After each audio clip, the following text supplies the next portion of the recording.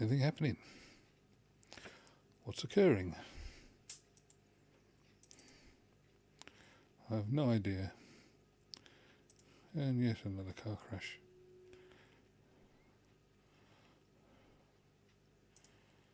No. Oh, it appears to be working.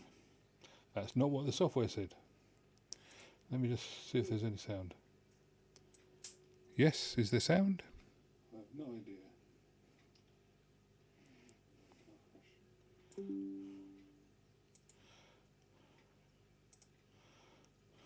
Right, in case anybody's wondering, it's a normal problem that I don't know how to work OBS properly, and what it does is it says do this and do that, and you set it up, and then it says no, do something different, and you never know if you're in the right place. Anyway, thank you very much for joining me, anybody who's here. Nice to see you again. Anybody who's not here, be nice to see you when you get here. And we'll see how we go. I haven't got the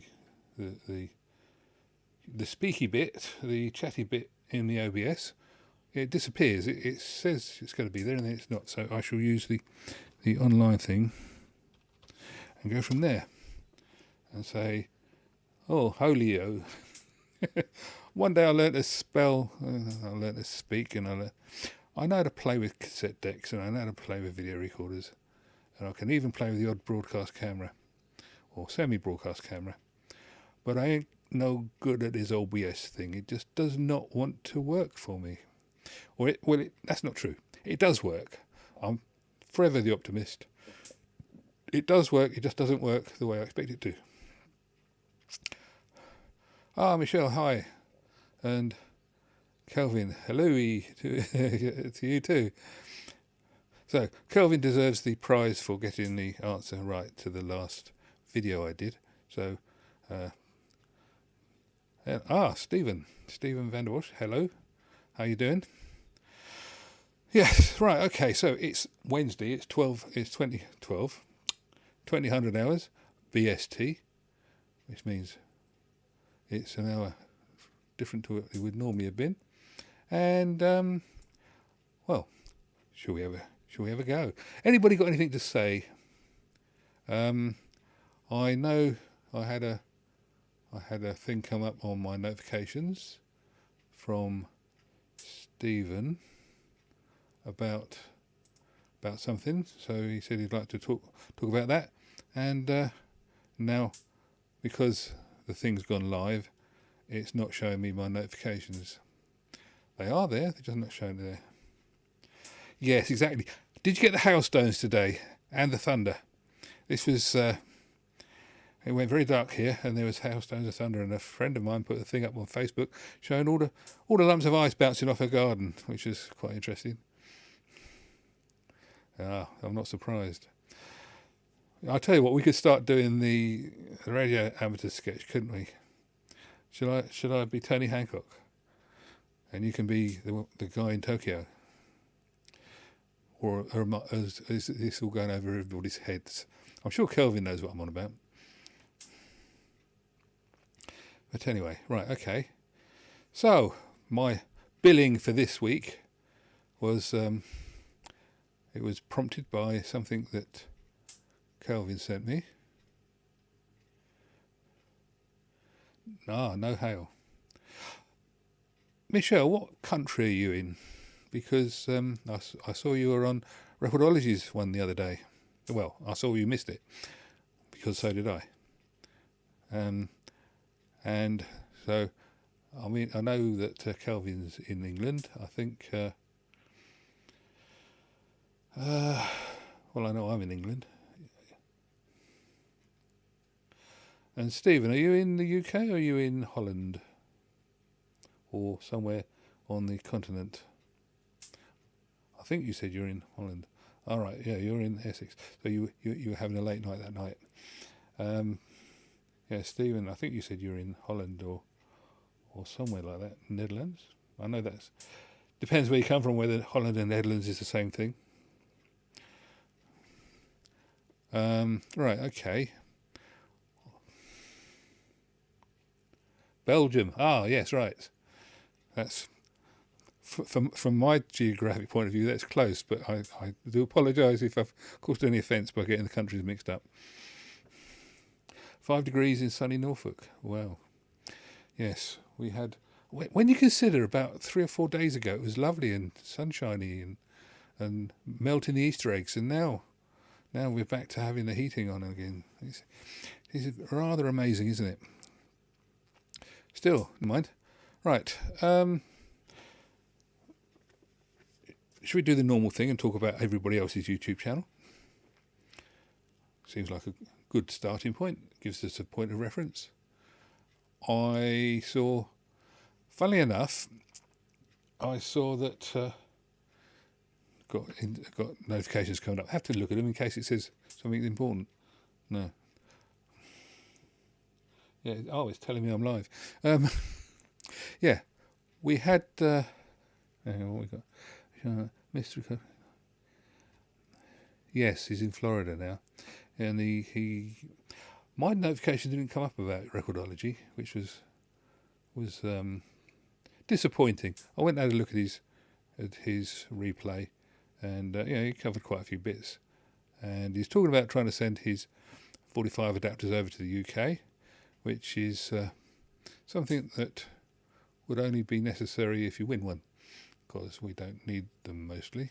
But yeah, so it was quite an interesting little show he did, doesn't it? But isn't it annoying though that he moved from Denver, Colorado, I think it was, Boulder, Colorado, to Florida, and he went from the winter to the summer, and it makes me jealous, not in a nasty way, but doesn't it make you just? I sent him an email with a link to the UK sites, the government site, about importing stuff, so he may be able to sort something out about that for his sending them abroad, because he was worried about getting stuck with customs charges and things for people. So maybe, just maybe, I'll keep an eye on what he does, and if there's anything I can help him with, I do, which has not been a lot because he's a very, very capable chappie. But there we go. Right. Now, billing, Dolby B, ANRS, DNR, NR, treble control. What have they all got in column? What have they all got in common? Anybody got any guesses? I shall move my microphone, which might make a noise. Anybody got any guesses as to what they've got in common, or what they haven't got in common?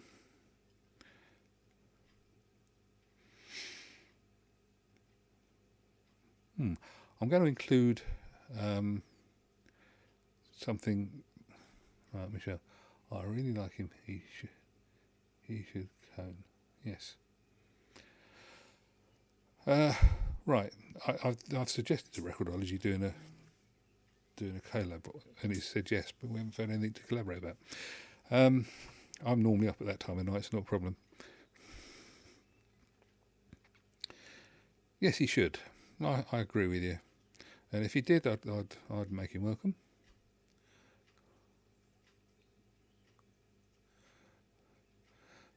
They all record the highs louder and play them back lower. Yes, Stephen, you're right. Except you're not. Almost. Carvin, they were divisive to people who don't know how to use them. That's right. They are very divisive to people who don't know how to use them. I watched that video that you pointed out, which was from the audio expert Chappie, and obviously what he says I can't argue with. He's a very, very knowledgeable Chappie, and he's talking about levels and things, which is probably correct. But the thing that got me about it, and I mean, if you've got anything to say about what I'm saying, then but I will say this bit.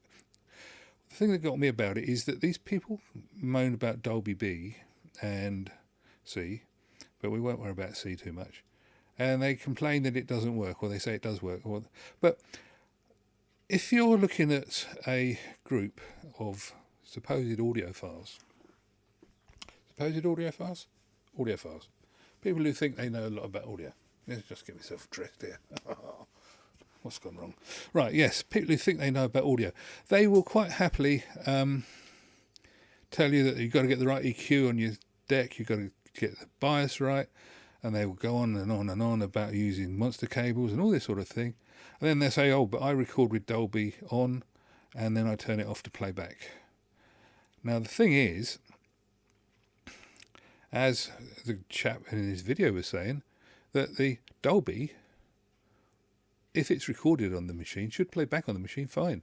In which case you want to leave it on, because it will actually give you excessive high levels of your high frequencies if you don't. But then they had all the comments in the thing saying, oh, you know, do this, do that, found this to be a problem. It reduces the level of your playback and all this sort of rubbish, which, if it's working, isn't true. If it isn't working, well, maybe I'm wrong on this, and I'm more than willing to debate it with somebody, but I'm looking at this from an absolutist point of view. If I've got a, we'll imagine that's a tape.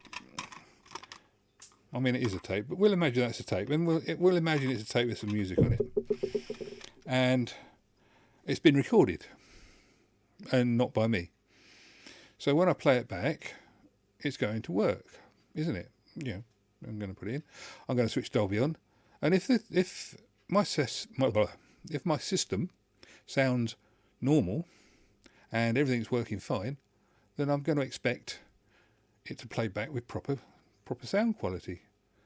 And you know what? If I switch that Dolby switch, if I'm playing, I think, oh, that's a bit naff, and I switch the Dolby switch and it sounds better with the Dolby off, well, I'm going to turn the Dolby off. But at first, I'm going to try turning the treble up. We'll discuss turntables shortly. Michelle's got a problem with her turntable. Yeah, so if you cannot go back, and I have this problem with some people. I used to do a lot of video recording for people, only not professionally, but you know, you point the camera and you do the recording. I watched so many weddings through a viewfinder or a camera, and in the end I stopped taking the camera because I wanted to see the weddings. But I used to take them because nobody else had video cameras at the time, and I was an early adopter. I had a Betamax in 1984, yeah. SL3000, huge thing, weighed a ton. Got some pictures of my kiddie winkle when he was only 3 months old. Lovely pictures. Anyway, and the thing was, yes, Stephen says, you recorded your test files with Dolby and with Dolby B and Dolby C and made digital recordings of them. And then he says, surprisingly, Dolby reduced the harmonics. I would expect that. Now, the thing is, when I used to record these things, sometimes you'd miss something. And people say, oh, you missed that? I say, well, yeah. Well, why did you miss it? Well, the camera was pointing in the wrong direction, or the battery needed changing, or whatever.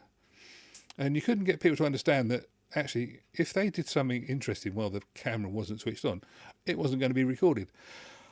Now, you may say, what's that got to do with recording tapes? Well, if this was a tape that was recorded and sent to me, and you know, if it was something for a special occasion and it didn't play right, I could phone up the guy and say, oh, could you send me another one, or could you send me the original files? I'll do it myself.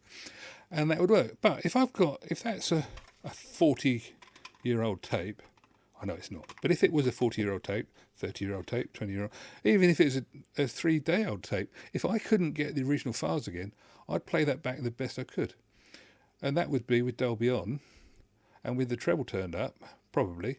And if that didn't sound right, I'd turn the Dolby off and turn the treble down, so as to try and get the proper balance. Either way, you'd actually end up with a better playback than if it had never been recorded with Dolby.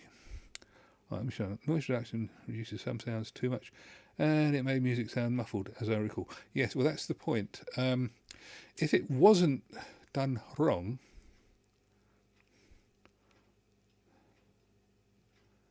yes, So, oh right, so that's the one that we had the problem with, and it was usable with Dolby C. Did it? So that's because it took the harmonics off, I would guess, because it was awful without it, even on the old Dragon recordings. Right, yes, anyway, that was my little thing about that. So I don't understand why people, if I was going to be going around slating Dolby, I would actually not use it at all, and to say record with Dolby on and then play back Dolby off because you like the brighter highs is daft. That's just, it's not giving you noise reduction, just giving you treble boost, 10 dB. ANRS was JVC's equivalent of Dolby, apparently slightly better according to JVC, but there we go. Now the one here, DNR and noise reduction and treble control. Right, DNR, that works on hiss. It listens to hiss, and it works purely on listening to the hiss on replay. You don't record with DNR. It's what they use on the teac 1200. It's also what they use on certain other machines, and it's a proper DNR. Now apparently, according to V Westlife, it's not what they use on the Ion tape to PC. He reckons that is just a high pass filter or tone control. It's just labelled noise reduction, so it just cuts the treble, which would be what Michelle was saying about cutting off the things. Oh well, Dolby Atmos is nothing to do with Dolby noise reduction. It's a totally different thing. Just has to be the same company. Yeah, so noise reduction with the treble control works, of course. If you don't like the hiss, turn the treble down, which also works. Hang on, what have we got on there now? Kelvin. No, Michelle. I remember Dolby not being so good on my dad's old stereo. Yeah. Michelle says noise reduction reduced some sounds too much. My dad never used it in the end for recording. Yeah, if you either liked it or you didn't, I guess. I think Dolby has improved much over the years. Dolby Atmos is fantastic. Yeah, I Dolby 5.1 Dolby Surround is wonderful, and some of the other systems they use were very good as well. Stephen, my issue is with playback devices don't have Dolby or treble controls, so I don't use it if there's a chance it will be played back in those, which is fair enough. And Michelle says I've been to the Dolby screening room in London. Yes, I bet that was good. I've got a Dolby 5.1 surround with does DTS as well, and it's Apollo 13 in the demo room. The racks were rattling, and when I brought it home and my cousin was round, well, we were having a family party and turned it on, and they still mention it now in passing because we could literally make the walls rattle, but that's another story. That's 500 watts plus a 75 watt subwoofer, all belting out Saturn V launching. Very impressive. Never done it since because we've got neighbours and they don't like that sort of thing, although we've got neighbours with dogs, so maybe I'll start again. That's another story. Yes, I would always use, as far as the playback devices are concerned, I wouldn't use Dolby C or Dolby S because of the compatibility problem. But if you've got a normal playback device, the 10 dB boost on Eric, it's okay. But having said that, if anybody's looked at my if you've looked at my reports on the Type 2s and the Type 1s, you'll see that they actually come in, the Type 2s come in at 10 dB better than Type 1s. So if you record everything on Type 2s, you don't need Dolby because it's only as good as that. But mind you, if you do use Dolby or the DNR, you'll find that the noise falls off the bottom of the scale, which is lovely. Means you don't get that, that fluffy bit with the spike in it. Well, if you do one with Dolby or with, because I did it on my Sony, or if you do it with the DNR switch on the teac, you don't get the fluffy bit. You just get the spike, which is lovely. As far as the harmonic distortions, I'm guessing, and it's only a guess, but I've been reading up on the compounding and stuff, because they the Dolby system automatically brings the levels down fractionally, because you know Dolby level is not 0 dB, it's one segment down. I'm guessing that that has an effect on the distortion, so that would affect it in that way. And also there is a certain amount of filtering involved.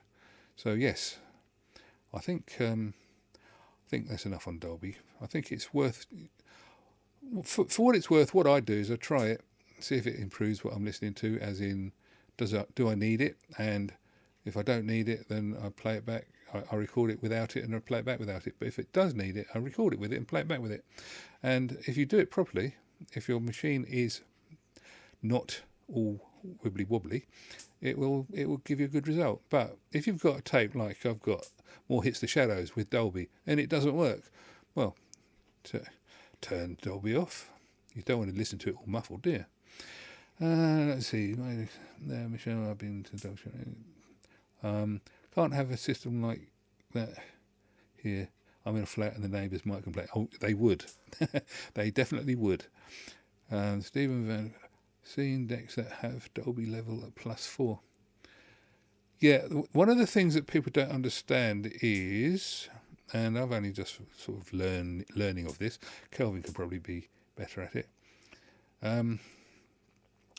is that the different companies chose a different level. Although Philips had a rough specification, you know, they only had, on their original sort of thing, they had this little meter and it had the little red section and you just bashed it. It didn't have a particular value.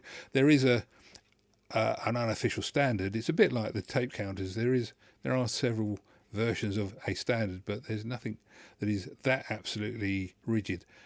Apparently Nakamichi used a different level as being 0 dB to what most of the other companies did. But then, of course, to be honest, they're all trying to make the thing work as well as they can.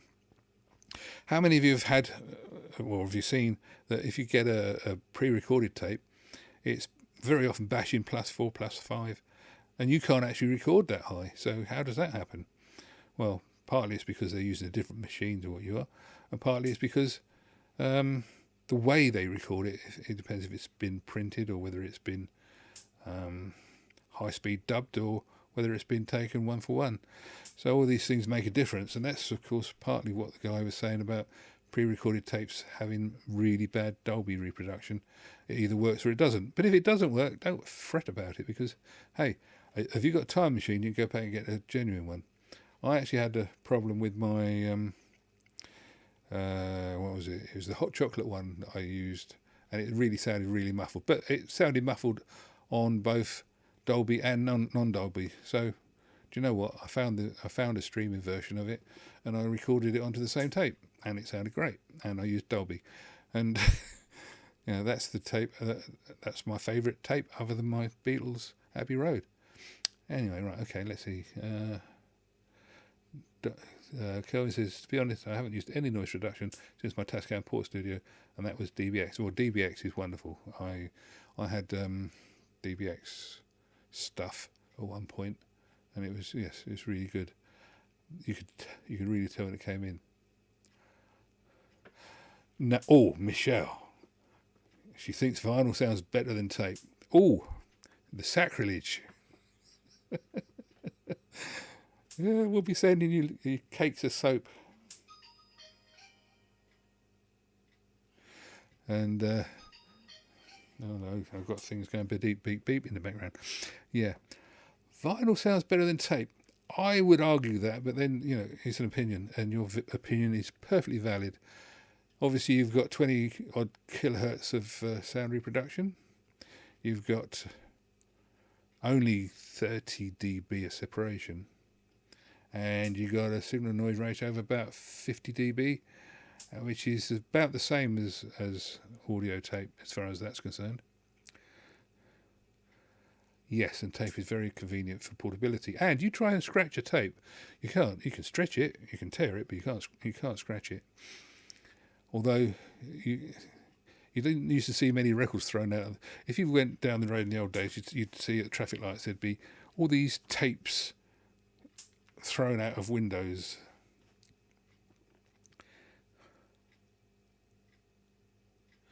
yes, the noise floor is not that good. Minus 40 dB is about right, and you get better than that on a tape. And if you're going from the way I do it, which is just measuring the things, you're looking at averagely 70 dB for a ferric and 80 dB for a chrome. But it depends how clean your records are to a large extent.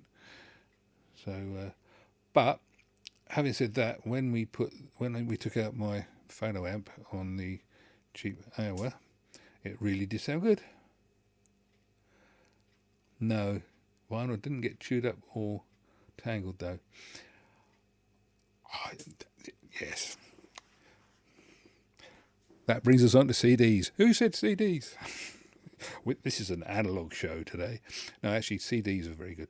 There was an interesting chap who was at where I worked when CDs first came out. I mean, literally, we got the first week that they were released, we had a CD player come in, and this chap he was a genuine audiophile. He was really into music, and he borrowed this CD player from the showroom and took it home.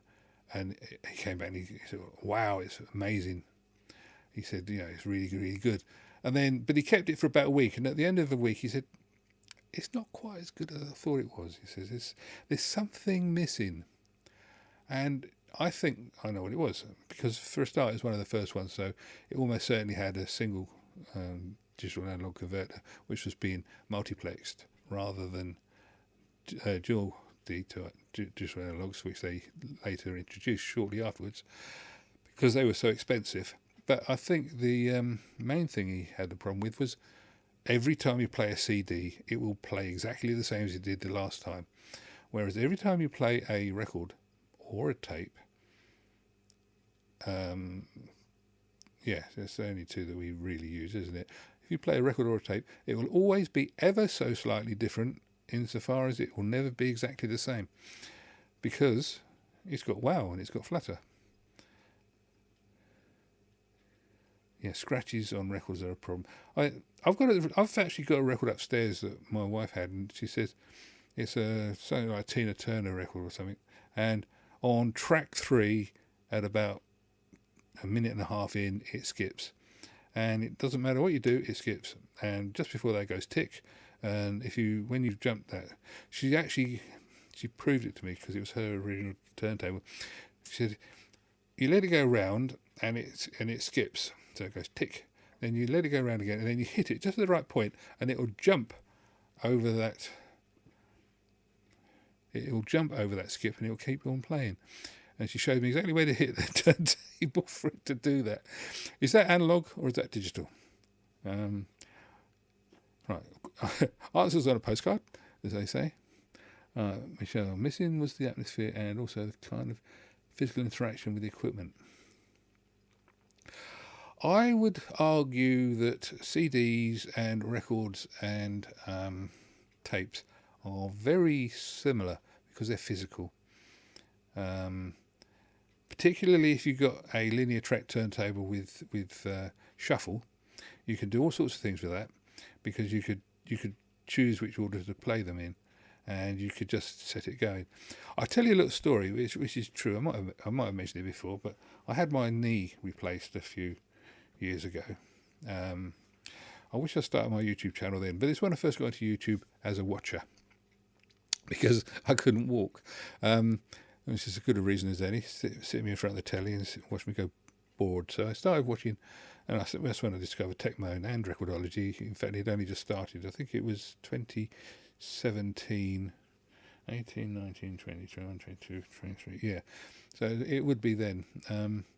And quite simply, we had the telly there, and I was watching it, and that was great. And I'd got my turntable and everything set up, and I put on Grease. Grease is the word and all that.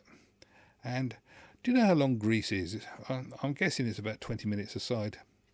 Anyway, so I put on side 1 of Grease and quite happily was listening to it. And I heard this tick, tick, tick. I thought, hello, the auto stop didn't work. But then the turntable hadn't been used for a while, so tick. And but it actually wasn't that. It was something else that was ticking. Anyway, I got up with my crutches, went over and turned the record over because it had stopped, and put it on, and I started listening to the other side. And I looked at the clock, and do you know what? It had been an hour and a half since I'd put the record on. So yeah, I wasn't so much missing the atmosphere as missing the reality, because no remote control or anything. I started playing. I hadn't actually realised I was asleep until I woke up. One of those weird things, and I can't remember what the ticking was. I think it was something like a car outside or something. But in my stupor, I thought it was the record going ka-tick, ka-tick, ka-tick. Anyway, that was my little story about records. We used to have a sharp turntable. We used to have one of those linear track sharps with similar to the thing Tecmo showed a few months ago, but it was the Music Centre version.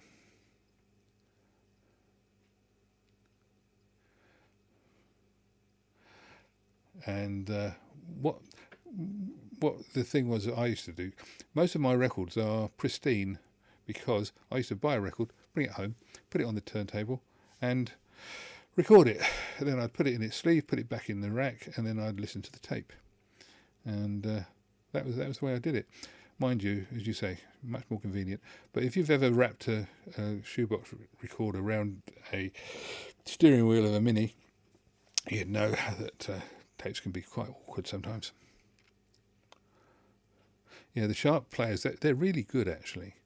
If you ever get, we actually had one, as I say, and 1983, 84 I think it was, and it was, the sound quality on it was superb for the sort of thing it was. It was Music Centre, but it's the nicest sounding Music Centre I've ever heard. Never heard anything since it like it from a purely it sounds nice point of view.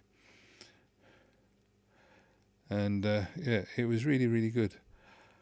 But that one you could program, and you could do some minor things with it. But what I was going to say was, the thing about digital audio is it is exactly the same. And if you've ever had, have you ever had a Heinz steam pudding? The sort of thing that comes in a tin. Or if you ever go to a canteen or something, and they've got a food that's always exactly the same. It's always, you try it and you think, oh, that's lovely.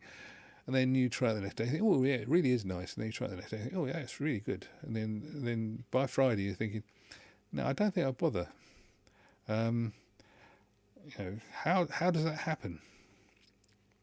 How does it get to the point that something that was delicious on Monday, by Friday, you're sort of thinking, no, not again, even though it hasn't changed. So I think that's what happens with CDs and digital streaming, because even though you might have a record of a digital recording of, we'll say, I don't know, the Shadows or Coldplay or whoever, the fact that you're playing it on a turntable means that it will always be ever so slightly different from the last time you played it, even if only slightly. There's a very good thing about it.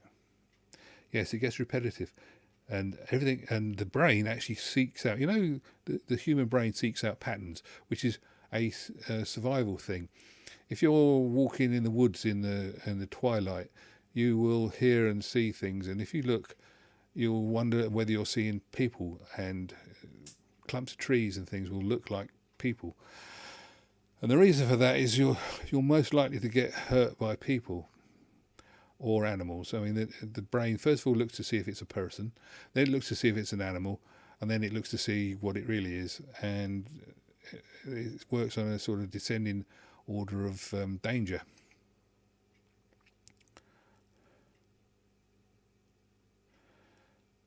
Kelvin says, my cassette recordings on my vinyl sound identical to me, and they sound identical. Yes, maybe I should digitise a record, record it to the best of my ability, digitise that, and compare the waveforms. No, life is too short for me to fanny around with that. Yes, it would. And I mean, the fact is, Kelvin, if you did that, all you'd do is you would prove that a digital recording is exactly the same as the original, but the original could never be exactly the same because, I mean, you look at the low band. I had them up the other week. The low price turntables. I'm not talking about the Crosley Cruisers, but the other ones. They have got wow flutter of 0.25, 0.3, 0.4%. Some of them are worse. And they've got rumble figures and things. I was looking at a thing that Westlife did a while ago about people not understanding about how rumble and stuff affects turntables, and how belt drive and surface noise and records and things. It's one of the videos. It's doing the rounds at the moment. Certainly is on my feed. And yeah, the wow flutter on a not top of the range turntable is pretty high, and as we say, the rest of it's pretty naff. Right, let's have a look. What I wanted to say was I saw, if we go on to turntables, I saw the Techmoan thing, which I thought was very interesting. Little story on that, which was interesting. I knew that one was coming because I was told, and after our conversation last week about hoping that Techmoan was okay, and I noticed that Recordology had the same conversation. And when I was looking to see if there was anything on, I was talking to my wife about it, and I was flipping on the telly. We got a telly with YouTube, and there it was. There was Techmoan's video, and it was sort of like 9:30 in the morning. I thought, that's a strange time, but I think it was on the Saturday. No, it was on the Friday morning, and it was there, and I knew what it's called, all about playing back 78s. I thought, I'll go and have a look at that in a minute when the wife's finished talking about what she's talking about. And she went, and then she disappeared about 5 minutes later, and I went to find it, and it was gone. It did not exist anymore, so he'd obviously put it up and taken it down a second time. And then it was there on the Saturday, and it's very interesting. It's very good. No, Michelle says, I like second-hand records sometimes because I can look at some of mine and know they have a history. If they sound worn when played, I feel that they have been well loved by whoever owns it before. Yes, it also proves that they had a really naff record player because they shouldn't really be worn. But if you tried doing the wet playback trick, that works quite well. Which is, as long as you stick in microgroove with microgroove, it seems to work quite well. Yes, he was with his 2 bits of props and a 2 bits of cutout paper and a V groove. Yes, I thought it was very good actually. Second-hand records are great. Get a wet record cleaner. The spin cleaner is decent but hard work. If you're a serious cleaner with lots to do, it gets expensive. Yes, this is the trouble with records. I see that somebody had a record that was pulled out of the sea. No, out of a canal, and they managed to play that. But yeah, the spin cleaner looks good. I noticed Recordology's got one of those. But there's only so many hours in the day as far as I'm concerned. But I think these things are great. If people can use them and get the best results from them, that's good. I've got some lovely. I've got a collection of about 100 cassettes that somebody has donated to me, which is in a bag in the other room. I'll have to go through them, see what's what. They look quite interesting. And somebody else has been talking to me, and they've got about 100 records, including 78s and things. So that's something I could be getting more into in terms of showing you guys what's what. And you never know, I might even put a couple up as a prize or something. It'd be nice. Get some two-way going on here. Okay, now what else was on there? What Techmoan was doing was quite interesting.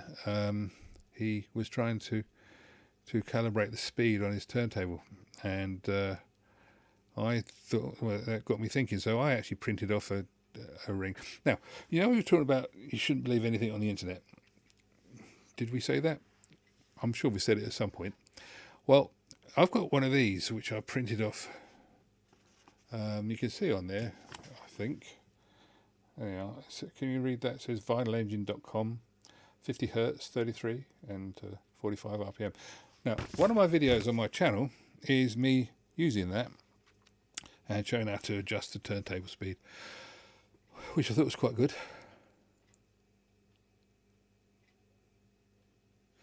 Yes, it's tedious. I think with recordings, with records, I think it's clean as you go rather than do the whole batch.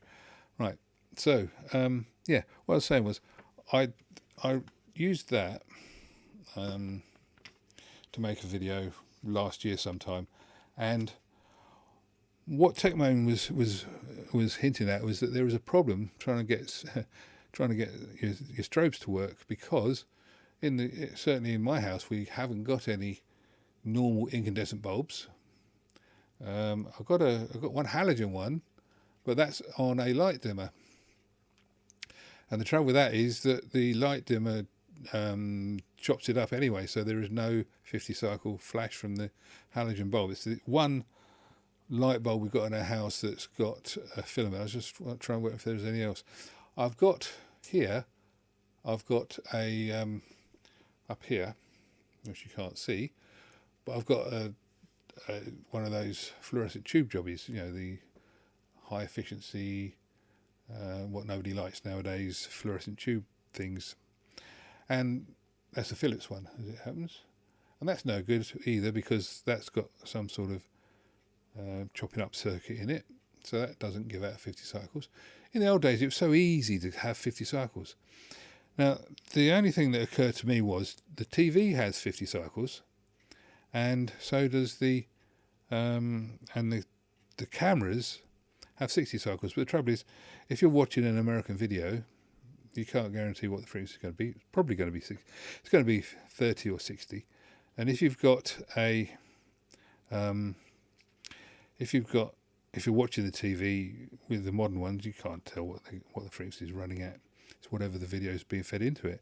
So that was a bit of a thing. I did try using my camera to see. I printed a different one off. This is a 50 hertz one. I printed off a 60 hertz one. See if the camera would give the strobe effect. But talking about not being able to believe things, here's a question for you, and I will wait for an answer. Does it matter if you're going to print one of these off? Does it matter how big it is when you print it? Can you print off a small one, or if you print this is the size it should be according to the thing? But if I'd printed it up, say 20% bigger, would that have made any difference? See if anybody can come up with an answer to that. Because I'll tell you for why. I was reading through various things on the internet, and people were saying, oh, it's very important you get it the right size or it won't be calibrated, blah, blah, blah. And, well, I just thought I'd see what you guys think. Excuse me while I have a quick slip.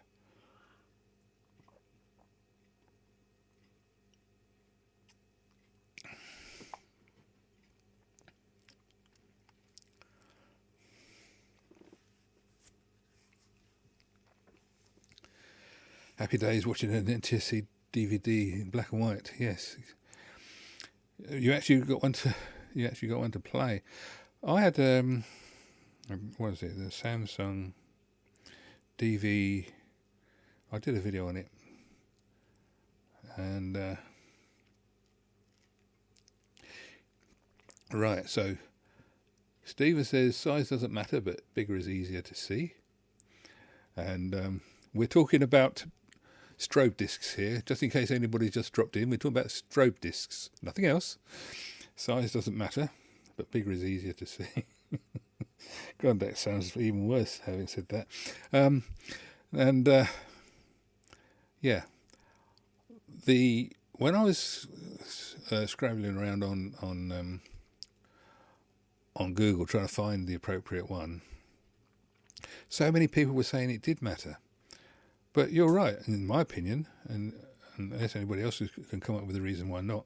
Because if you see a stroboscopic effect on a wheel, you know, when you see these cars driving down the road, you don't see the middle of the wheel going at one speed and the outside of the wheel going at another. You either see the spokes of the wheel or you don't. And if you made that bigger, the spots that are on there, those ones, if you make this bigger, they just come out further, but the gap between them increases because it's all linear. It's all to do with angles, not to do with linear progression.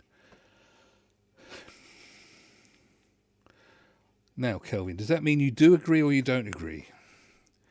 He says, I won't go into the mathematics of rotational speed and the effect of diameter. I'm just going by the idea that a wheel looks stationary from the middle all the way to the outside. And Michelle says, I usually speed test with my ear. If the pitch key of the music sounds okay, it's okay. But then she's a musician. Well, that's fine then, isn't it? Because I have no idea.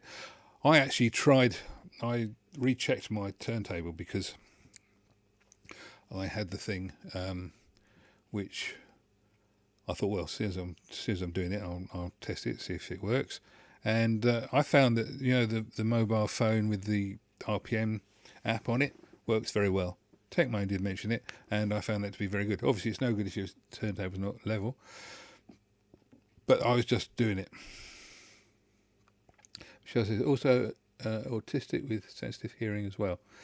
Well, it's all got to, you know, there's got to be a bonus to some things, and people with perfect pitch are, you know, they're very, very lucky or unlucky.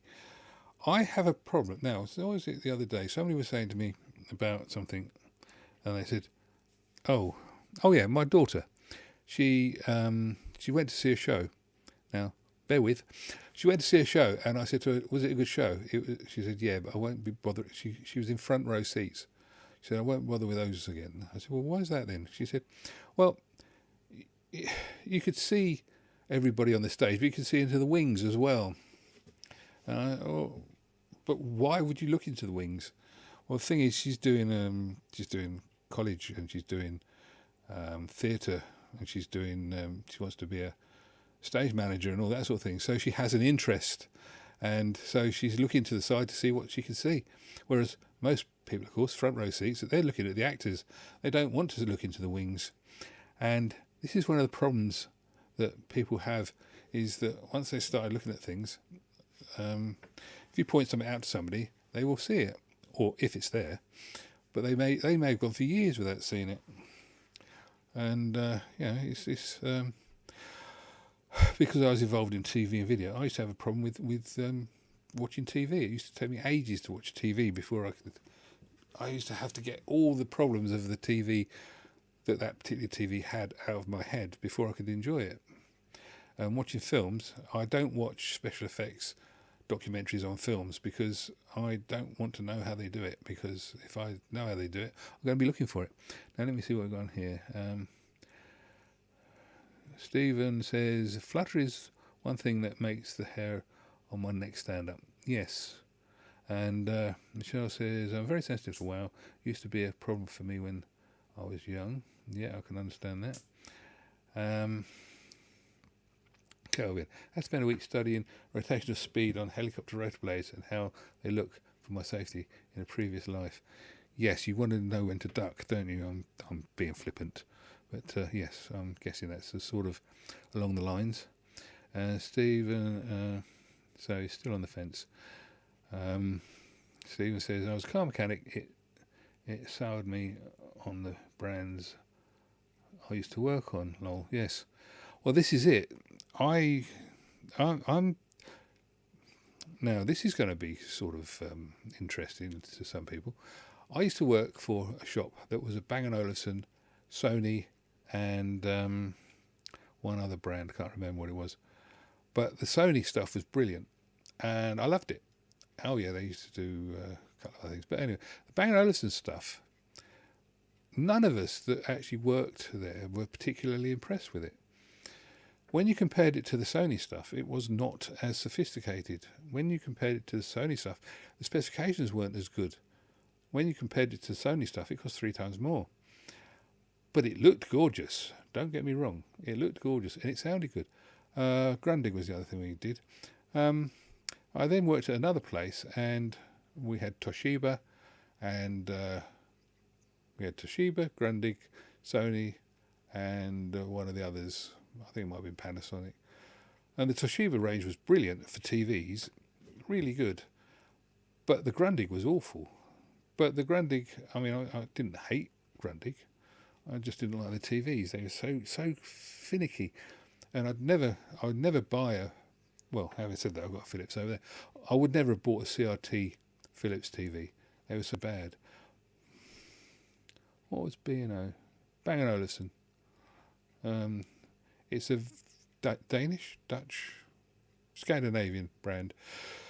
Very highbrow, and I think they invented DBX. To be honest, was it not DBX? No, that's not.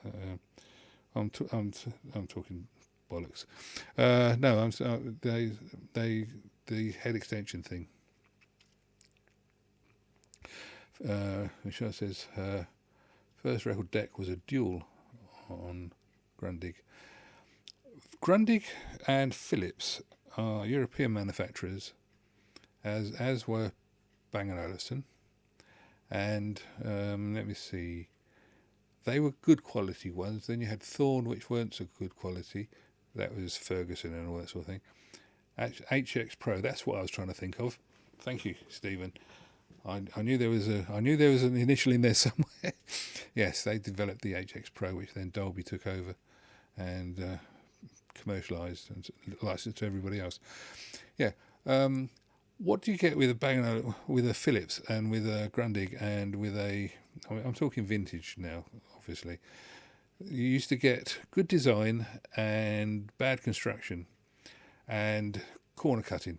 And also with the British brands, you used to get the same thing, which is why a Philips TV was no more reliable than a Ferguson TV, which was no more reliable than a Bang & Olufsen TV, even though you paid so much money for it. And a Grundig, they were never that reliable because they had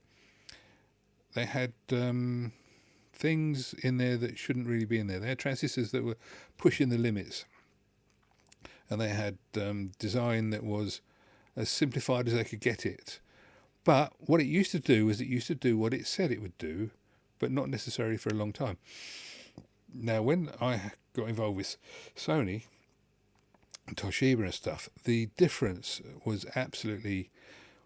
I'm not talking about the boxes on the outside, but when you actually got into the circuitry, the Sonys and the things, they were absolutely gorgeous in comparison, and sometimes a little bit more complicated than they needed to be. But by and large, because they were making them to a price, the whole things were just better than the things that they were up against, but not more complicated than they needed to be by and large.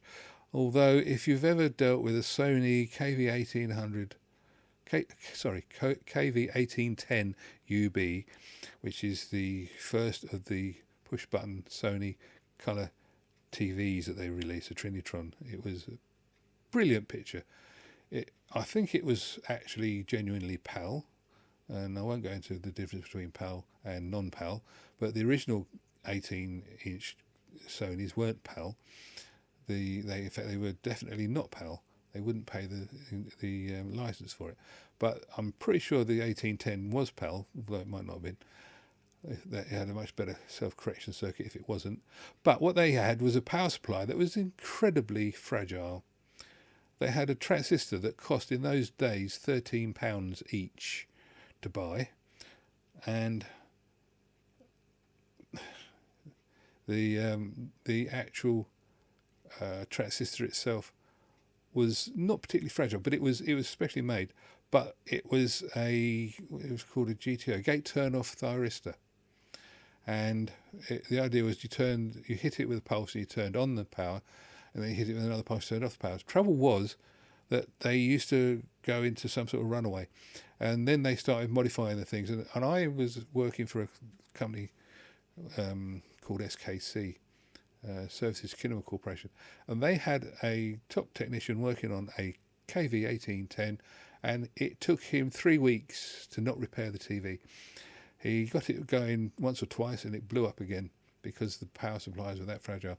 And what they used to do, when you ordered up the bits for this thing, you used to order a kit, and it came in a bag, the transistor and a couple of other bits. And the kits were getting bigger and bigger and bigger as they realised how interdependent everything was on this thing. And what they ended up doing in the SKC ones, I think it was they put what was called a crowbar on the circuit, because what used to happen was the transistor would go short circuit. It sent huge voltages straight down the power supply, and it'd destroy half the set if you were unlucky. So what they then started doing was putting these crowbars on. Now, a crowbar is basically an electronic switch. When the voltage gets above a certain level, it switches on, blows the fuse. It literally self-destroys itself. And the idea being better to blow the power supply up and save the set than allow the power supply to go wild and destroy the set. But that was just the way it was.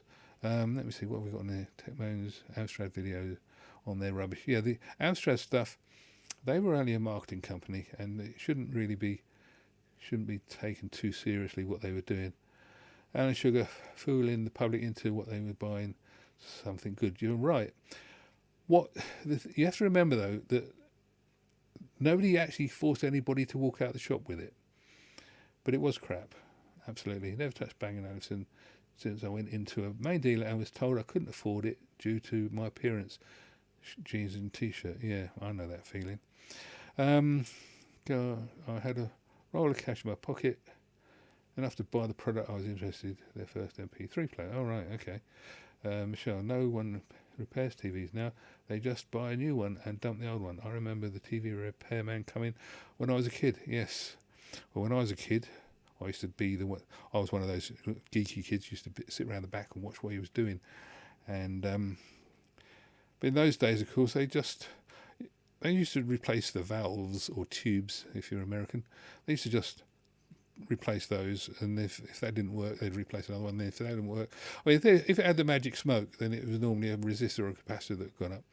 But I remember one time we had this thing, the aerial socket went short circuit, and the whole TV metalwork went live. That was an interesting one. And the main reason you don't repair TVs now, the TV I got over there, which is 25-inch, same size as my monitor on my computer, cost me just under 300 quid, and it's quite good. But that was replacing a 20-inch set I had, which cost me 350 quid, which went wrong after it was an LG, went wrong after about 6 years. But I phoned them up and said, how much to have it repaired? And they said, £150 to look at it. And I said, well, I think so-and-so's gone wrong. And they said, well, it's probably not that, but it could be. And if it is, it's going to cost you another whatever. And I think it worked out about 20 quid cheaper than buying it. Well, it was more expensive than buying the Philips, put it that way. Stephen says, worked at a TV shop once where they sold Sony and Low. When people asked what the difference was, they said Low was like Aldi. The shopkeeper's Aldi was constantly in the shop. That's why. Yes. I was going to say, I keep on seeing on these cassette forums, and somebody comes up and says, "Oh, this is a Grundig, and it's really, really good." And I'm thinking, probably not. But if it is, then it was made in Japan or whatever. Is anybody here old enough to remember when made in Japan used to be a dirty word? Because I do. Let me see. When I was going to school, I went to school, must have started school, 1962 I started going to school. It just puts an age on you. And I can remember 63, 64, 65, about 67, all the Japanese bikes were coming in, and people were having a go about, and this is what the words they use, so don't take offence, because it was what they were saying, about monkey metal and rust buckets and all the rest of it. And I've seen some things about cars. I mean, obviously the cars were a bit, but what you have to remember is that the metal and stuff used was whatever they could get, and the cars, the engines were superb, and the motorbikes, the engines were superb. You know, if you had a Honda 90 or whatever, yeah, okay, the mudguard might have rusted, but that engine used to keep on going, and they were. Whereas you if you had yourself a Triumph or a BSA, the mudguard wouldn't rust because of all the oil leaking out of the engine would stop it from rusting. Yeah, that's it. Right. Yes, and it was. Michelle says yes, I do. Japanese rubbish. My dad liked UK brands. There was when I was a kid, there was a lot of, because within my memory, The war was only, this is where I've seen some of these memes, and it gets very, very weird. But the war finished in 1945. So in 1955, it was only 10 years. So in 1965, it was only 20 years. And when you consider that we're talking about things, record players and stuff that were made 25, 30 years ago, that was longer ago than what the war was when I was a kid. And when I was a kid, there were still people who had the original, there were still people alive who knew of the original American Civil War, apparently. Anyway, yes, all the rubbish. If originally it was made in Hong Kong was rubbish, and made in Japan was rubbish, then it was made in Japan wasn't so bad, and made in Hong Kong was still rubbish. Now Hong Kong doesn't exist anymore, and everything's Chinese rubbish. Now I was watching I was listening to the audiobook of.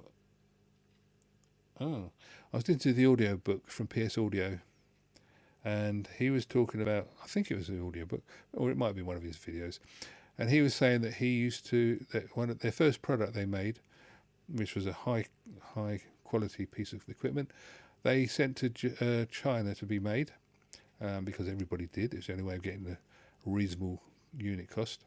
And he was saying the reason they stopped doing it wasn't because there was anything wrong with the quality, but because of the way the people worked. They were quite happy. They would look at something and say, yeah, that's good, and put it in a box. They look at it and say, yeah, that's good, and put it in a box. And then they look at it and say, no, that was bad, and put it in the box. Nobody told them what they had to do in order to, when they had the bad ones. And so they were getting a certain failure rate, which wasn't bad as far as, the production wasn't bad. When they were out, they were working, they were fine. But there was the failures were where people just had no way of, the quality control had gone, basically. So he said they took it back, and they now build everything in America, which is fine. But yeah, it was one of those things. Michelle, my brother's shop.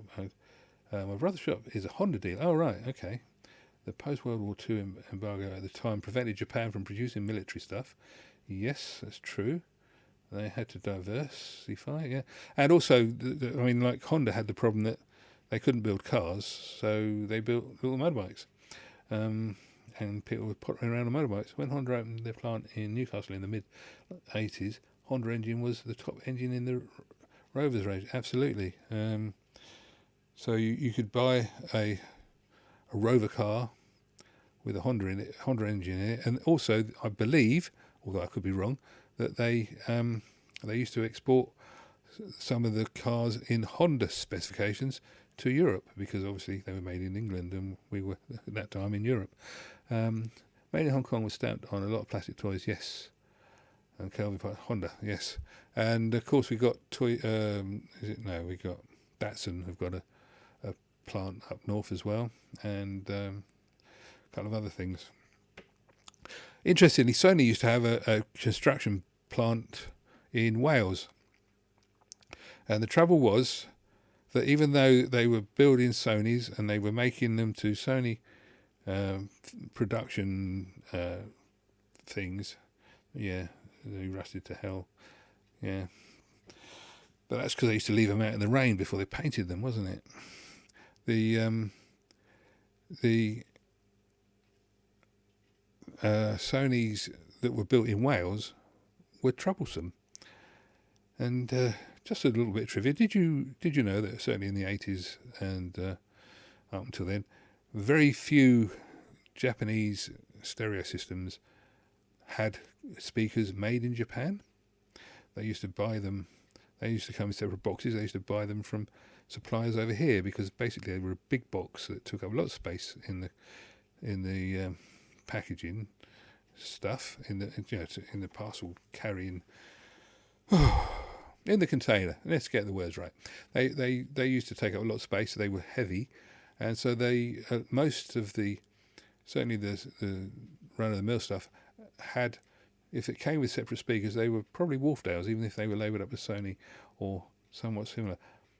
Maxell tapes assembled in Telford. Yes, there was a certain amount of that. That's what they did with that's what old Techman was saying about the Amstrads. They were putting them together in wherever they were from the bits. They were sent in as like a kit of parts, and that's how they got away with calling them a British product. My thing is, they didn't do any good, did they? Because what I was going to say about these Sonys was the ones that were put together in. If you got a Welsh Sony, it wasn't as good as if you got a Japanese Sony. The quality of build, as in quality control, wasn't as good. The circuitry was the same, but the amount of dry joints and stuff we had on the stuff that was produced in the UK productions, it was terrible. And talking about TVs, I know we weren't, but I shall.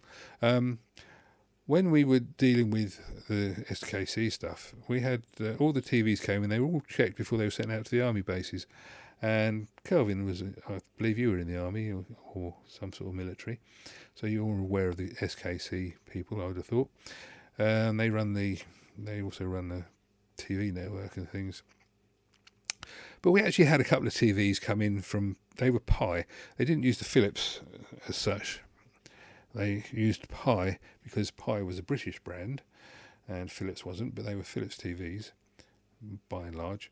And what I said to the guy, I went into where he was working, and I asked him what was going on. He said, "Oh, I've just got another one of these." I said, "What's that?" He says, "Well, look, just taken out of the box."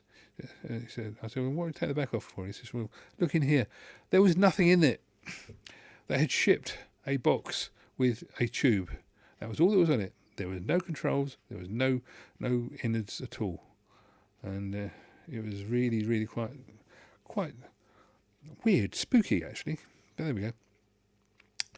Right, Stephen, my Pioneer speakers are made in China, but I'm happy with them. Yeah, well, the thing is, China does do some good stuff. Has anybody noticed that China will let itself down? It will make a lovely piece of something, and then they'll use something really cheap and wibbly wobbly, and so what was nice suddenly, you got a nice bit of brass and proper steel and whatever, and then they'll use a stupid plastic spring, and then it won't work with that plastic spring, and you can't buy it. Anyway, Stephen, my Pioneer speakers are made in China. Yeah, okay. Michelle, my favourite brands are Sony, Sharp, Panasonic, and Toshiba. Well, I'd go with all of those. Yeah. You have to be a little bit wary of Sharp. They are a lower brand, reaching up, whereas Panasonic are a middle brand, Toshiba are a middle brand, and Sony are a good middle to top brand. Of course, you've got subdivisions on that, but Sharp I've always found to be very good value for money. I know a lot of decent branded things come from China anyway. This is right. Most of the big products now are made in China. Let me think. Oh, now what costs about 1,500 quid and it's got a bite in it? Oh, that's right. Apple phones are made in China. The iPhone and most of the other stuff, I suppose. I'm guessing most of their other products are, because I remember them having a big problem when Trump was being silly about China and making a lot of ways for everybody. And so Apple, big American company, makes their phones in China. And why not? I know a lot about, Kelvin says, Pi walkie-talkies were used across all three services and the police replaced by encrypted Philips. Yes. Well, of course, we used to have the thing. I asked them why we were using the Pi TVs, and they said because they're British. And all right, okay. I knew that, inside they weren't, but that was it. The same as we used to have, the SKC had all the British cars as well, and vans. Watch the Young Ones episode, Cash. I'll have to look that up. We had all the things. I said to them, well, why don't we use the Philips V2000 or whatever? Why are we using... Now, here's an oxymoron for you. I think it's an oxymoron, or is it just a juxtaposition? I said to them, why don't we use the V2000 format? Because obviously that's a European thing. And they said, no, we have to use VHS. And I said, well, what do you mean you have to use VHS? He said, well, we have to use VHS because it's available from a British supplier. What are you on about? And he said, it was Ferguson. So we had all the Ferguson video recorders because they were a British supplier, and we were buying them from, obviously, Thorn. And we weren't allowed to use the V2000s, which were from Philips, and obviously Pi would have been part of that, because it was not a British company, but Ferguson was, even though they were buying them all from Japan. So, yes, strange that. One of those weird and wonderful things. Now, there was something else I was going to talk about on here, which was VHS, Beta, SVHS, DVD, NTSC, PAL. Oh yes, I've got to try and convert or play a Japanese tape onto well, basically I've got to end up with a digital file. So it should be interesting. A Japanese VHS, and I'm hoping that because it's NTSC, it will play on my pseudo NTSC player if I can find it, and then I can record it onto my DVD recorder if that still works, and then I can take it off the DVD and put it into the computer, which should be fun. If it doesn't work, I don't know what we do. It's quite important, but it's not hugely important. Stephen says, my sound system are quite the mash-up. Technic CD player, very good. Sony amplifier, very good. Pioneer speakers, yummy. Yamaha tape deck, they're meant to be very good. And Chinese dual record player. I've also Philips VHS recorder somewhere. Fake late Philips. Yeah, they were made by Matsushita. The fake Philips ones.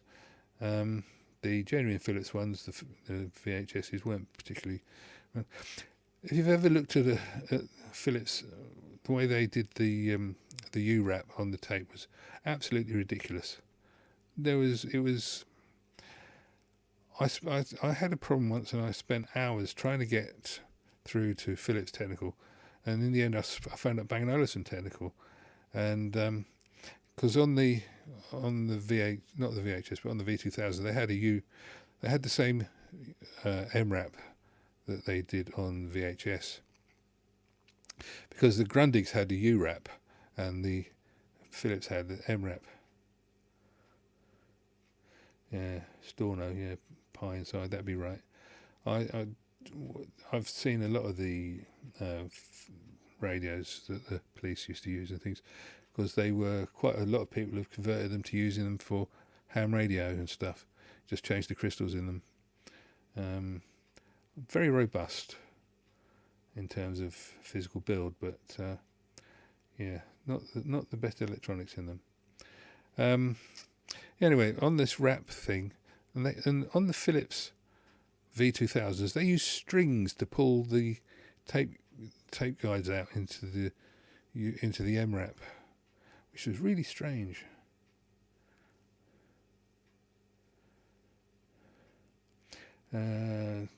Matsui were Curry's own brand, and we had a Dixon shop. What, you mean you owned a Dixon shop, or you had a Dixon shop local? Matsui were made by Hanai and a couple of others. There was a couple of brands that didn't actually do anything other than sell they just did home brands. I think it was called Huni, something like that. It was the problem with the Dixon stuff was that it was never the same twice, and the manuals for them were horrendously expensive. I had to buy, and this is 1985 price, I had to buy a manual for a Matsui video recorder, and it cost me £35.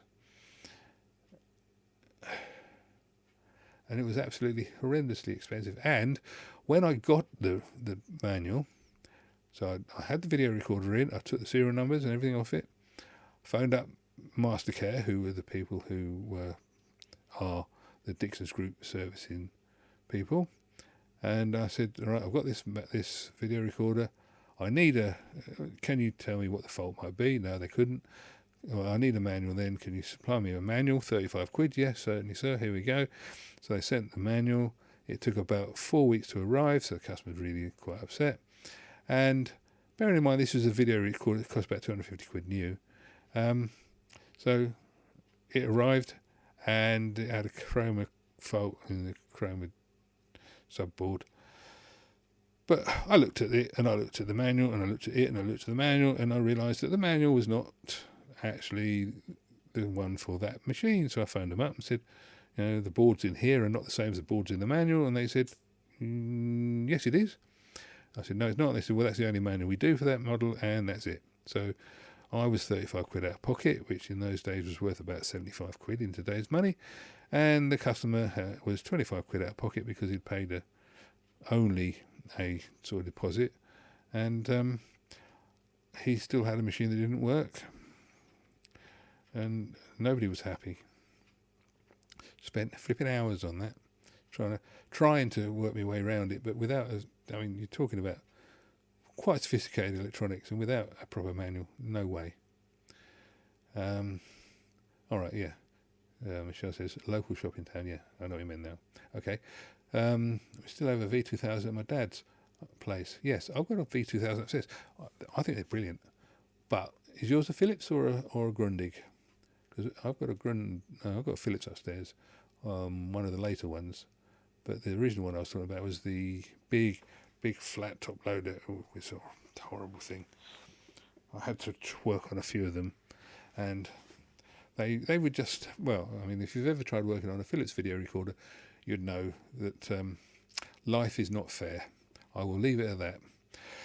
Right, what else we got on the list here? Listing VHS, Beta, SVHS, DVD, NTSC, PAL, all report to someone. Philips. Right, is that a 2022 or something like that?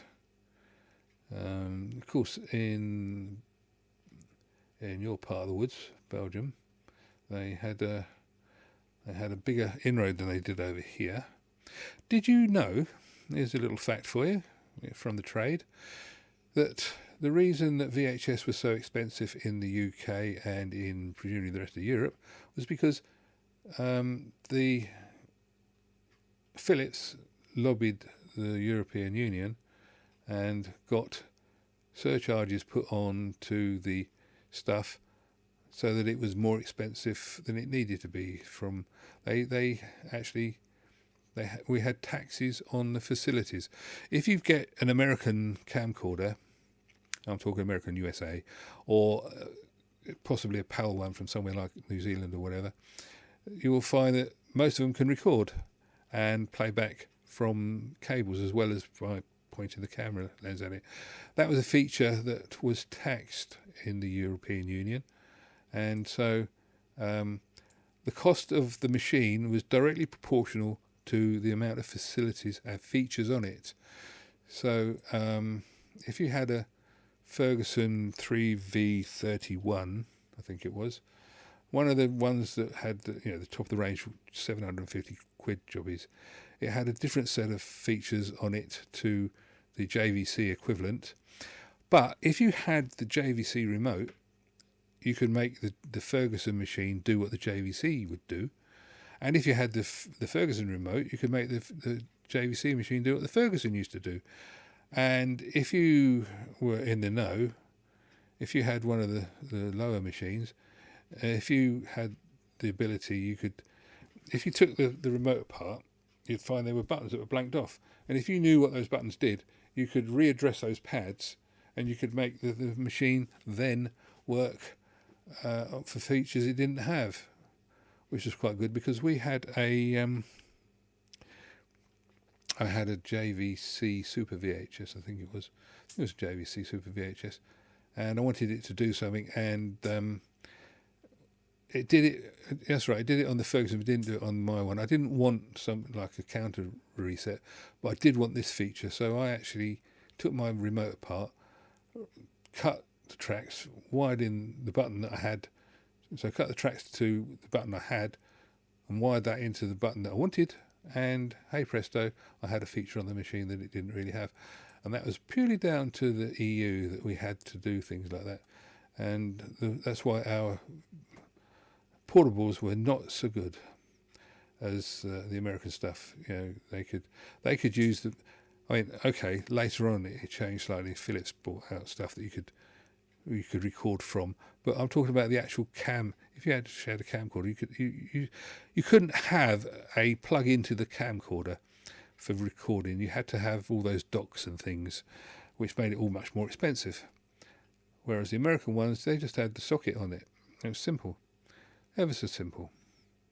SVHS was brilliant. NTSC, never twice the same colour. Who's heard that before? So a lot of video remotes were similar, I guess, or Simi 5. Yes, if you knew how to, if you got some of those pre-programmable remotes, you could go through and find out which ones did what. But they weren't that cheap, and I've got a few of those around. You know, the programmable ones where you put in the numbers, and that was the problem that I had. Yes, they all looked. That's right. So Michelle's correct herself. A lot of remotes were similar. I've noticed. Yes, they all look very similar. They did a lot of the same functions. But if you had if you had a Nord Mendy, or if you had any of the 3T whatever ones, they would work. My first port was a Philips and went straight back. Not the usual W wrap path, but one peg row to the tape round the drum. I still had to look inside before sending the form. Yes. They were. Was that a V2000 you were on about, Kelvin, or was that a? Was that the original N1500, N1700? They were good fun. They went wrong a lot as well. Yes, the one for all, that's what I was referring to. You have to know the codes for those, but they're brilliant remotes. I liked the ones where you could actually point. There was a different brand, and you could point a remote you had at it, and it would remember what your remote had done. So you could use that for programming your car and things, which was always fun.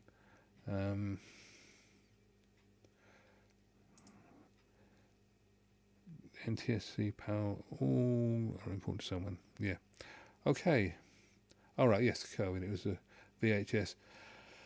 Yeah, as I say, I got confused about the Philips stuff, because I used to work. There's a shop in Cheshire called Chittenden's. I worked for them for a while, and has anybody ever played with a laser disc player? They were good fun. Cheryl said she got it for her bedroom TV because the original remote broke, but the one for all is better. Absolutely.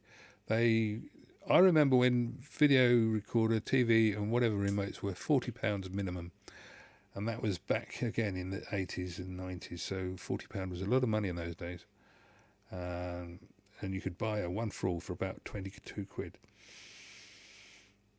And if you got the one for all 6 or something like that, you could have.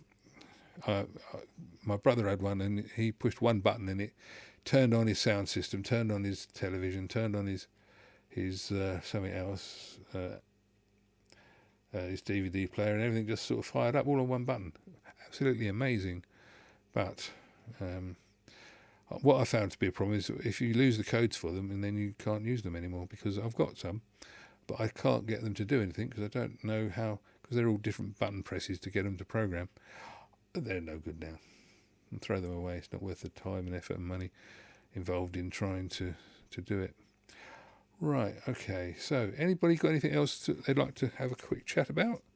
Haven't posted any questions, have I? Oh, I know what I was going to do. Let me just... we were talking about Tecmo's thing. I wanted to talk about setting the speed. I'm just going to... I'll just go over to here. Bear with. I think it's that way. Boom. Cut. There we go. Right, that's me. And you can see that's what I look at. And you can probably see there is a hell of a delay, because if I wave at the camera now, then you can see when it comes up on there. 2, 3, 4, 5, 6, 7, 8, 9, 10, 11, 12, 13. Boom. So that's That's a hell of a delay. Propagation delay is enormous. Anyway, right, okay. So I'm seeing what I'm seeing, and you're now seeing it through. This is really slow feedback. Anyway, that wasn't what I was going to do. What I wanted to do was, and it's weird with this because I've got several versions of the same browser open. If I do that, right? Yes, TechMoan mentioned that he couldn't get a strobe because of his lights not working properly, and he needed a strobe. And because we've got all these lights with the low power lights, they don't work for strobing anymore. And he found a chap had got sold, and I had a look on eBay, couldn't find it.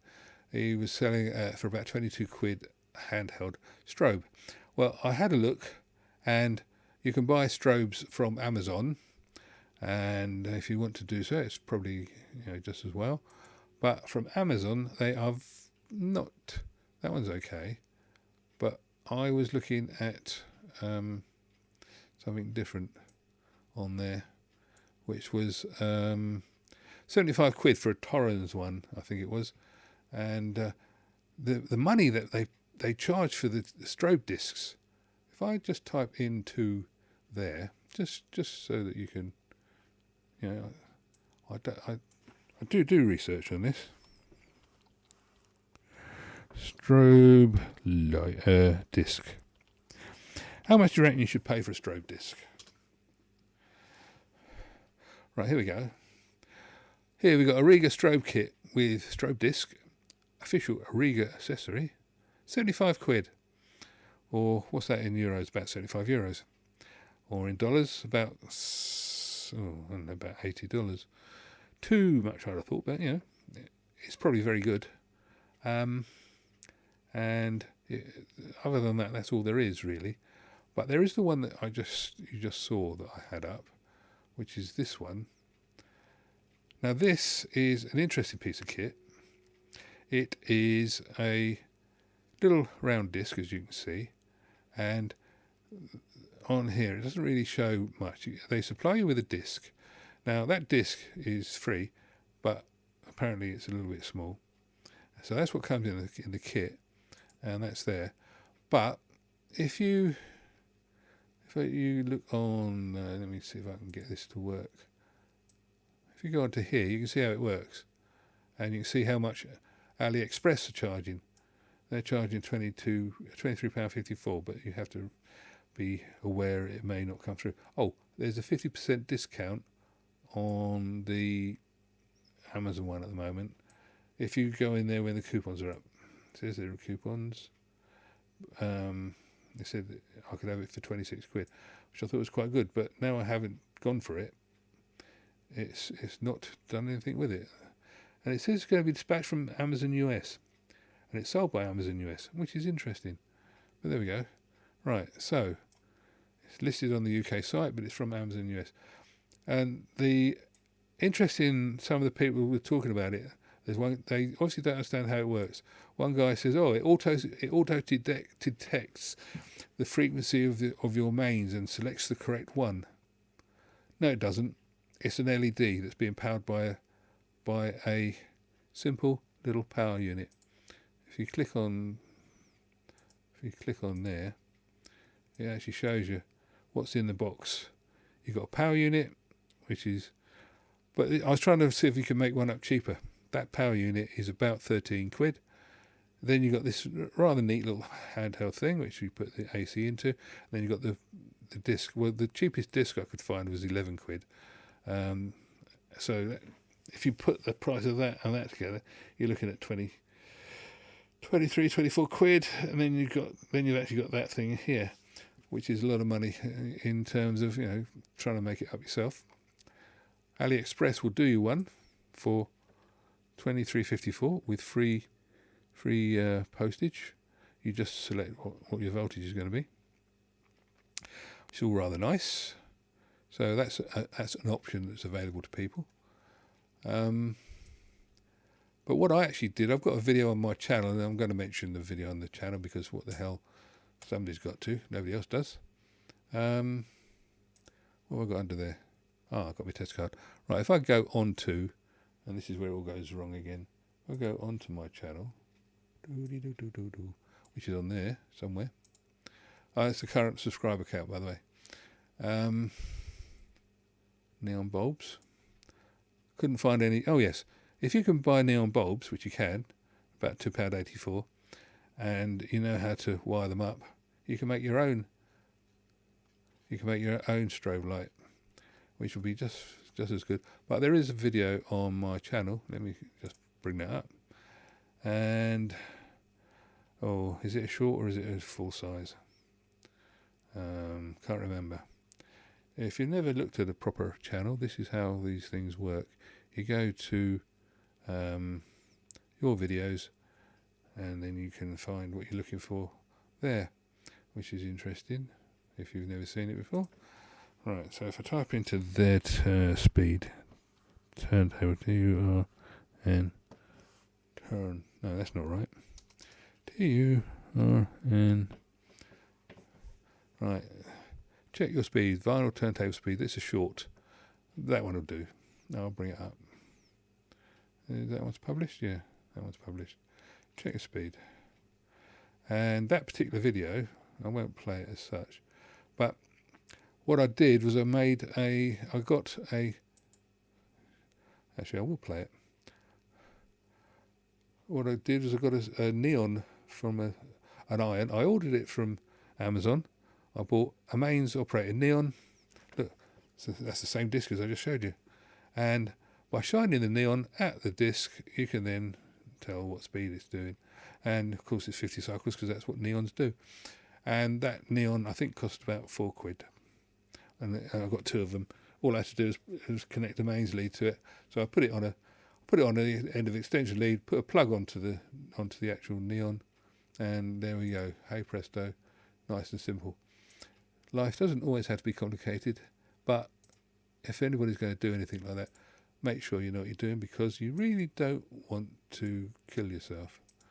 It's never a good idea to kill yourself, because you only get one shot at it if you're any good. And so, I'd suggest possibly not doing that.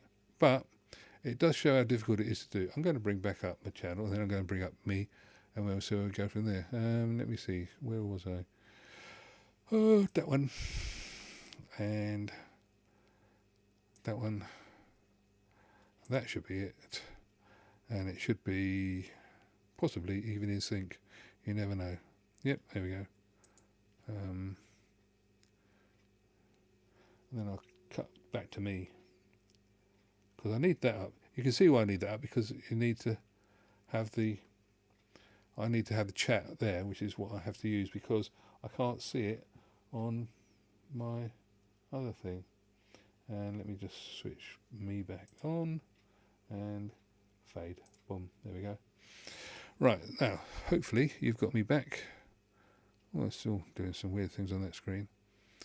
And yeah, so that's it. Right, ho people. Yes, you've got to make sure you've got the right mains frequency.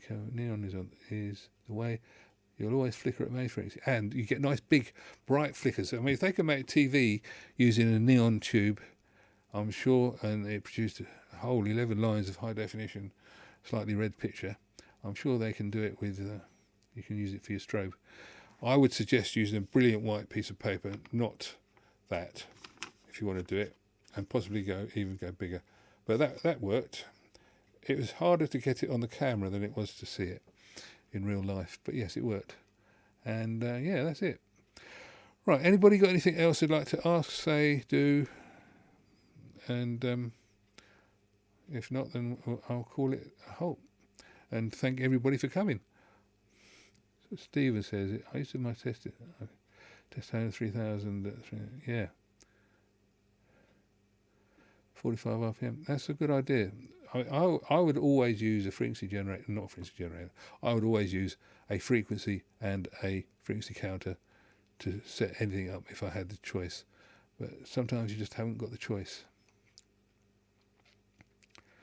I'm not paying that for just checking the turntable speed. No, well, actually, talking about that, if you use the turntable, the RPM app on your phone, that's fine. You don't have to worry about that. It's the one I've got, which is only a freebie one on an Android, works, and I think you'll find that TechMoan used one and it worked fine on his, so I'm more than happy to go with that personally. Although if you just buy a decent turntable you get a strobe built in, but I haven't got that sort of money. Anyway, that's another story. Right, okay, Michelle, thank you very much for coming, and Kelvin, thank you, and Steve, thank you, and yeah, I've quite enjoyed it today. I hope I haven't rambled on too much. Hope I've covered everything that everybody wanted to cover. And if there's anything else that you're interested in, either drop me a line or put a comment in the, it's always good to put comments in the comments section, because YouTube like that. And I'll just say to everybody, right, bedtime for Bonzo, sorry. Good night to everyone, and enjoying your input. Thank you very much, as I said to everybody. I do appreciate you coming. Hopefully we'll see you next week, and we'll take it from there. But in the meantime, unless anything else comes up, yes, Michelle, have a watch. They range between awful to quite good. I'm not proud. I started like everybody else did, and I look at them and I cringe. But you know, I'm getting there. One day I might even get this doing this thing live sorted. You never know. Anyway, thank you very much again, chaps and chapesses, and anybody else who's watching. Any other pronouns, I shall hopefully catch you another time, and keep safe and keep